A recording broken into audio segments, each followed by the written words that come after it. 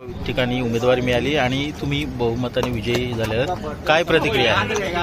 वसईमध्ये हा एक इतिहास घडलेला आहे।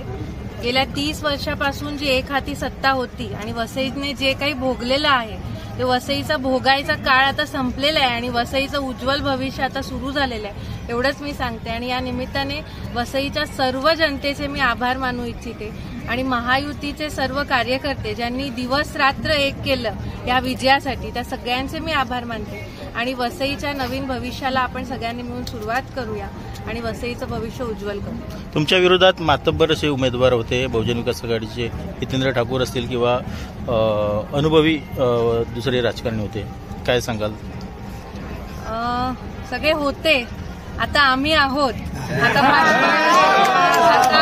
आता जे मी पहिल्यापासून म्हणत होती भूतकाळाची भूतं आम्ही काढत नाही, आम्ही भविष्याच्या वाटेने चालतो। ती वाटचाल आमची सुरू झालेली आहे आणि वसईचं भविष्य उज्ज्वल असणारच आहे।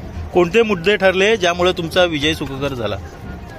सर्वांगीण विकास वसईचा आणि आम्ही ज्या सकारात्मकतेने प्रचार केला, आम्ही कोणावरही कधी टीका केली नाही, आम्ही कोणावर वैयक्तिक टीका केलेली नाही, आम्ही फक्त आणि फक्त वसईच्या विकासाबद्दल वसईच्या नागरिकांच्या भल्याचं बोलत होतो आणि मला असं वाटतं तोच मुद्दा वसईकरांना भावला आणि त्यांनी आम्हाला हा विजय प्राप्त केला। आज महिला म्हणून आपण विजयी झालात, महिलांसाठी काय आपल्या पुढचे पाऊल असतील, काय सांगाल? बघा, या समाजामध्ये राहताना सगळ्यात जास्त समस्यांचा तोंड महिलांनाच द्यावं लागतं। त्याच्यामुळे वसईमध्ये पण ज्या समस्या आहेत, मग त्या पाण्याचं असू दे, हॉस्पिटल असू दे, शिक्षण व्यवस्था असू दे, ज्या काही मूलभूत सुविधांचा अभाव वसईमध्ये आहे त्याचा सगळ्यात जास्त परिणाम हा महिलांवर होत असतो। त्यामुळे या सगळ्या मूलभूत सुविधा सुधारण्यावरती आणि मूलभूत अधिकार लोकांना देण्यावरती आमचा भर असेल। या सरकारची लाडकी बहीण योजना कितपत कामी आली? सगळ्या लाडक्या बहिणींचा आशीर्वाद मिळालेला आहे, तुम्ही पाहताय।